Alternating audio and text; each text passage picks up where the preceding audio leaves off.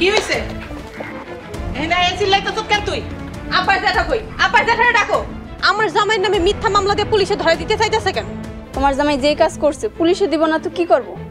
জামাই কি অন্যায় করছে? জামাইরে পুলিশে দিব? অন্যায় করে নাই? হ্যাঁ? ও মানুষের কাছে টাকা নিছে কেন? কোম্পানি তোমাকে কইছে তোমরা টাকা ইনভেস্ট করছো। তোর জামাই ভুয়া কোম্পানিতে চাকরি নিছিল কেন? এত কথা আমি কইতে চাই না। আমার জামাইয়ের নামে মামলা এক্ষুনি তুলে নাও।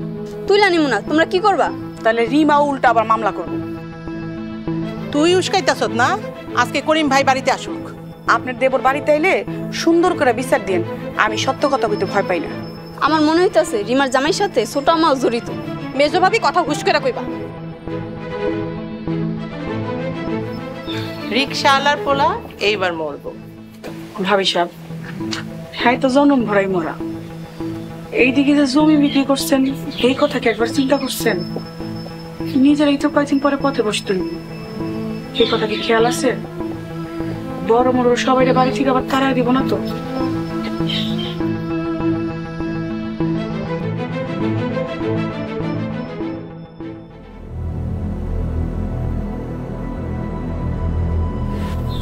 সালাম মিজান, তোগরে কালকে আমি 1000 টাকা করে বোনাস দিছিলাম, মনে আছে? জি মোড়ল সাহেব, মনে থাকবো না কেন, আজীবন মনে থাকবে। শোন, এই মোড়ল বাড়ির অনেক সম্পত্তি কিন্তু এখন আমার। আমি যা কমো তোরা তাই করবি। অবশ্যই মোড়ল সাহেব, খালি হুকুম দিবেন, দেখবেন যে কাম হয়ে গেছে। আর শোন, তোরা সব সময় আমার আশেপাশে থাকবি। কেউ যদি আমার ক্ষতি করার চেষ্টা করে তাকে উপর হায়নার মতো চাপাই পড়বি। অবশ্যই মোড়ল সাহেব, আপনাদের কাছে জীবন দিয়ে দিব। হ্যাঁ মোড়ল সাহেব, আপনার লাগা মরতে রাজি আছি।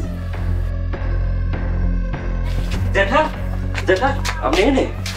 হ্যাঁ, কি ব্যাপার? তোমরা দুই ভাই মানে হন হন করে ছুটে এসো, কি বিষয়টা কি? ওই কোম্পানির লোক নাকি পলাইছে। হ্যাঁ, পালাই গেছে। রিমার জামাইরে পুলিশে ধরাই দিতে চাইতেছো কেন? দেমই তো, ওই তো আমার কাছে টাকা পয়সা নিছে। ওর তো দোষ নাই, ও তো চাকরি করছে। দোষ তো কোম্পানির লোকের। কোম্পানির লোকগুলোরে ধরো। হ্যাঁ জেঠা, আপনি কোম্পানির লোকটা ধরেন, কোম্পানির লোকটা ধরে আগে টাকা উদ্ধার করেন। আরে আগে ওই ছোট লোকের বাচ্চারে ধরি, তারপরে কোম্পানির লোক ধরো। কোম্পানির লোকগুলোরে আগে ধরো, রিমার জামাইরে ধরতে পারবা না। তোর সমস্যা কি ধরলে? আমি চাই না কোনো নির্দোষ মানুষ শাস্তি পাক। নির্দোষ? ওরা কেমন নির্দোষ তুই জানোস না? ওরা কত বড় সারাটা জীবন আমগুলোকে অশান্তি ঘটায় রাখছে। তুমি এইটা জানো না? সোহাগ আমাকে রিমের জামাই। জামাই দেখ, আমি ওই ছোট লোকের বাচ্চারা কি হাল করি। দেখা যাক, আমিও দেখবো কি করতে পারো। তোমরা কি করবা করো, আমার জানার দরকার নাই। আমি আমার টাকা ফেরত চাই, যেটা যে কোনো মূল্যে।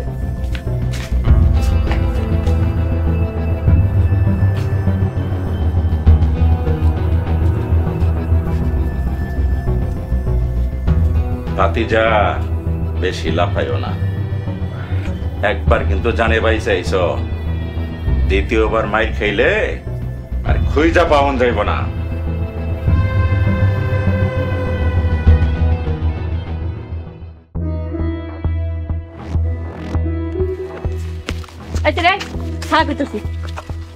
আমি কতবার কুমু, কথায় কথায় সেরি সেরি কইবেন না। বাটপাড়ের বোন, তোরে কি কয়া ডাক মোরে? ভাবি, ভালো হইতেছে না কিন্তু। ওই তোর ভাই এই মোড়ল বাড়ি সহ গ্রামের মানুষের দুনিয়ার টাকাগুলা মাইরা বাটপাড়ি করছে, আবার বড় বড় কথা কস।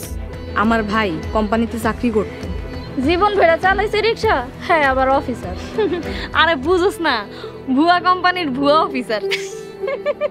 আমারে যাইতে দেন। এই দাঁড়া, তুই জানোস না তোর যে সব রাস্তা বন্ধ? তুইও মরবি, তোর ভাইও মরবো। আচ্ছা ঠিক আছে, মাইরেন। তোর তো দেহে এখনো তেজ কমে নাই, বুঝছেন ভাবি? চোরের বোনের বড় গলা। পাম দিয়ে একবারে গলাটা সিরা ফেলাম। আমার জামাইরে জেল খাটাইছিস না, এবার তোর ভাইও জেল খাটবে। সাথে ওরে মোড়ল বাড়ির থেকে তারাইয়া মোড়ল বাড়িতে রাজত্ব করবো আমরা। এই সব স্যার কই যাইতেছেন?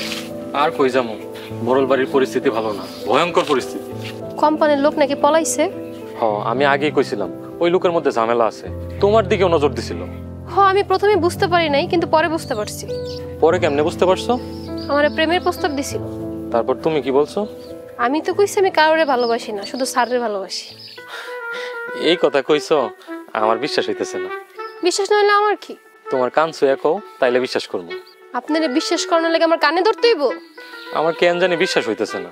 বিশ্বাস না করে ভালোই করছেন, আমি তো এটা কই নাই। তাহলে কি বলছো? কইছি আরেকবার প্রেমের কথা কইলে চড়াইয়া লাল করে লম। সুলতানা, তোমার এই কথাতে খুব কষ্ট পাইলাম। আমি কইছি সুলতান রে, কিন্তু আপনি কষ্ট পাইতেছেন কেন? কারণ সে আমার কলিগ প্রেমিক। আজকে তারে বলছো, কালকে আমারও বলতে পারো। এই জন্য খুব কষ্ট পাইছি। সরেন তো আপনার সামনে থেকে। তোমার এই দমকে খুব কষ্ট পাইলাম। কষ্টে বুকটা টাস টাস করতেছে।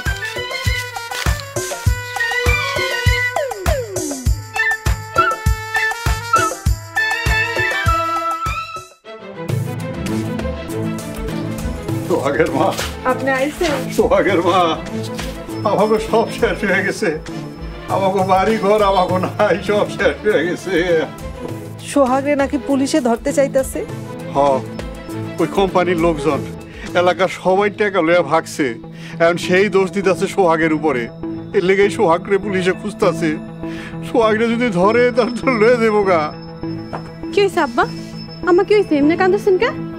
ও মা, আমাকে বাড়ি ঘর ভিটামাটি সব গেছে। আমরা এখন কই থাকবো? এখন আমাকে মরণ ছাড়া আর কোনো রাস্তা নাই। আম্মা, এইভাবে ভাঙ্গা বললে তো চলবো না। আমাকে যুদ্ধ চালাই যেতে হইব আম্মা। আর কত যুদ্ধ করবা? এইবার হইব আমাকে শেষ লড়াই। এইটা হইব আমাকে বাঁচা মরার লড়াই আম্মা। সোহাগরে যদি পুলিশে ধইরা নেয় তাহলে তোর জেল হয়ে যাইব। কেন আব্বা? দেশে কি কোনো আইন কানুন নাই? কোনো ন্যায্য বিচার নাই? আমরা বিচার চামু? আর আমিও মোরলের মাইয়া। আমি এত সহজে সব কিছু শেষ হইতে দিমু না।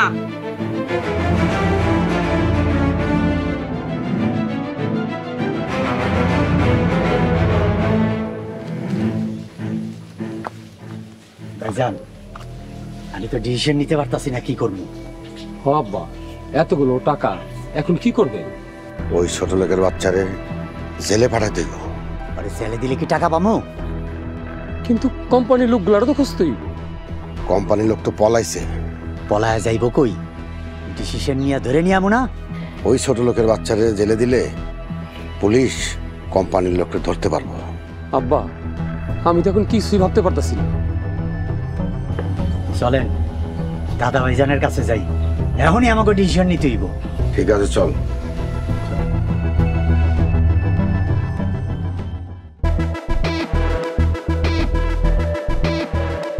কালকে রাইতে আমাকে পালানি দরকার ছিল রে, না গিয়ে বড় ভুল করছি। ঠিক করছেন স্যার, গ্রামে আসতে শেষ হইতেছে না।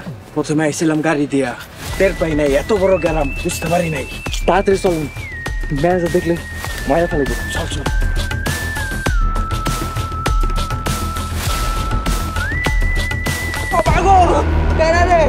আমার ধাক্কা মারলো, এখন করে কি?